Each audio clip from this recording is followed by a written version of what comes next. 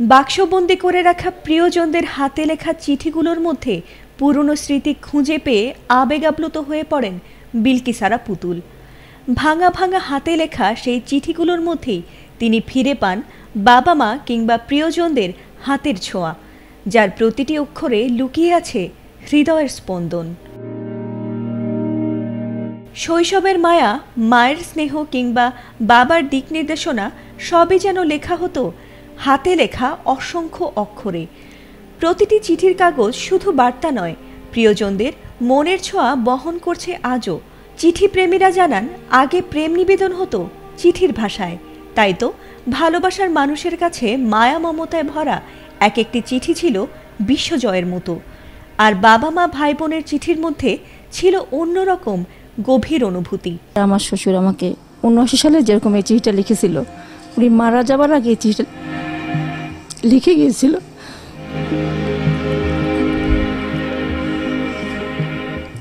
এটা তার মৃত্যুর হতে পারে ২-১ বছর আগে, যখন তার মারা যাওয়ার পরে আমরা কালমা টালমা পড়তে যাই, তখন এই কাগজটা খুঁজতে গিয়ে কাগজটা আমি পাই। উনি মারা গিয়েছিলেন, মনে হচ্ছে জীবন্ত সে হয়তো আমার কাছে চিঠিগুলো লিখছে। তারপরে তার মৃত্যুর ২ বছর আগেকার। আমার মনে হচ্ছে বেশি দিন আগের কথা নয়। ডাকঘর কেন্দ্রিক ছিলাম আমরা, চিঠির উপরে আমরা নির্ভর করতাম। কখন আমার বাবা হোস্টেলে আমাকে চিঠি পাঠাবে, চিঠিতে আমার সুখ দুঃখের কথা জানতে চাইবে, কেমন আছি, তোর কত টাকা লাগবে। এবং এই চিঠি দিয়ে একটি আন্তরিকতা ছিল, ভালোবাসা লুকিয়ে থাকতো চিঠির মধ্যে। চিঠিটা আসলে এমন একটা জিনিস যে একসময় যোগাযোগের মাধ্যম ছিল এই চিঠি। আসলে এই চিঠি এখন আর লেখা হয় না। দীর্ঘদিন ধরে চিঠি আমরা ভুলেই গেছি চিঠি কীভাবে লিখতে হয়, চিঠির ভাষাটা কি, কাকে অ্যাড্রেস করে, কীভাবে অ্যাড্রেস করে চিঠি লেখা হয়, এগুলো আর আমরা ভুলে গেছি। এখন অফিসিয়াল চিঠি ছাড়া আমি পোস্ট অফিসেও, আমার ওয়াইফ দীর্ঘদিন যাবৎ পোস্ট অফিসে চাকরি, আমি দেখি না যে ব্যক্তিগত কোনো চিঠি দেখি না, অফিসিয়াল চিঠিপত্র ছাড়া আর কোনো চিঠিপত্র আমরা দেখতে পাই না। দিন বদলে গেছে। ডিজিটালের এই যুগে বর্তমান প্রজন্মের ছেলেমেয়েরা ইমেইল, মেসেঞ্জার, ফেসবুক, টুইটার অথবা মোবাইলের খুদে বার্তার মাধ্যমে প্রিয়জনদের সঙ্গে শুভেচ্ছা বিনিময় করছে। তারা বলছেন, চিঠির দিনগুলো তাদের কাছে পুরোপুরি অচেনা, তাই চিঠির গুরুত্ব তাদের কাছে তেমন নেই। আমাদের বাবা মা, আমাদের দাদা দাদির থেকে শুনেছি যে তারা চিঠি মাধ্যমে একে অপরের সাথে যোগাযোগ করত, যা ছিল অত্যন্ত সময় সাপেক্ষ, কখনো কয়েকদিন বা কখনো কয়েক সপ্তাহ লেগে যেত। কিন্তু বর্তমানে আমরা যে ইন্টারনেটের মাধ্যমে এই সকল সোশ্যাল প্ল্যাটফর্ম ব্যবহার করে থাকি, সেগুলোর মাধ্যমে আমরা মাত্র একটি ক্লিকে কয়েক সেকেন্ডের মধ্যে যেমন বার্তা প্রেরণ করতে পারি, তেমনই কখনো কখনো ভিডিও কল কিংবা ভয়েস কলের মাধ্যমেও একে অপরের সাথে কথা বলতে পারি এবং ছবিও প্রেরণ করতে পারি, যা অভূতপূর্ব উন্নয়ন এবং আমাদের সময়ও বাঁচিয়েছে। আমরা বর্তমানে যে সময়টাতে বাস করছি, তথ্য প্রযুক্তির একটা যুগ, কিন্তু একটা কথা আছে যে সোনালি সময়টা, সেই সোনালি সময় আবেগময় কথা, বন্ধুর কাছে চিঠি, ভাইয়ের কাছে চিঠি, বোনের কাছে চিঠি, এই আবেগময় কথা, মায়ের চিঠি লেখার সেই অশ্রু, সেই চিঠির সেই মায়া ভরা সেই চিঠিটা হয়তো আজ নেই, কিন্তু বর্তমান সময়টা আমাদের কাজকে সহজ করে দিয়েছে। ডাক বিভাগের কর্মীরা বলছেন, ব্যস্ততা এখনো কম নয়, তবে ব্যক্তিগত চিঠিপত্র নেই বললেই চলে। যা আসে তার বেশিরভাগই অফিসিয়াল। প্রচুর পরিমাণে এখনও চিঠি আসে, যে চিঠিগুলো আমরা বিশ্বস্ততার সাথে বাড়ি বাড়ি গিয়ে, প্রতিষ্ঠানে গিয়ে এখনও পৌঁছে দিয়ে আসি। চিঠি অত্যন্ত গোপনীয় একটি বিষয়, দেশের গোপনীয় বিষয় আমরা ডেলিভার করে থাকি।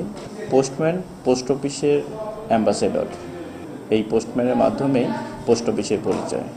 বিভিন্ন ধরনের জরুরি ডকুমেন্টারি, গুরুত্বপূর্ণ কাগজপাতি, সরকারি নথি, এগুলি শুধু পোস্ট অফিসে বর্তমানে আছে। কিন্তু যেই একজন পিতা একজন পুত্রের কাছে চিঠি পাঠাবে, একজন পুত্র একজন পিতার কাছে চিঠি পাঠাবে, সেই আবেগ, সেই ভালোবাসার যে চিঠিগুলো আগে ছিল, সেই চিঠিগুলো এখন বর্তমানে অনেকটাই কম।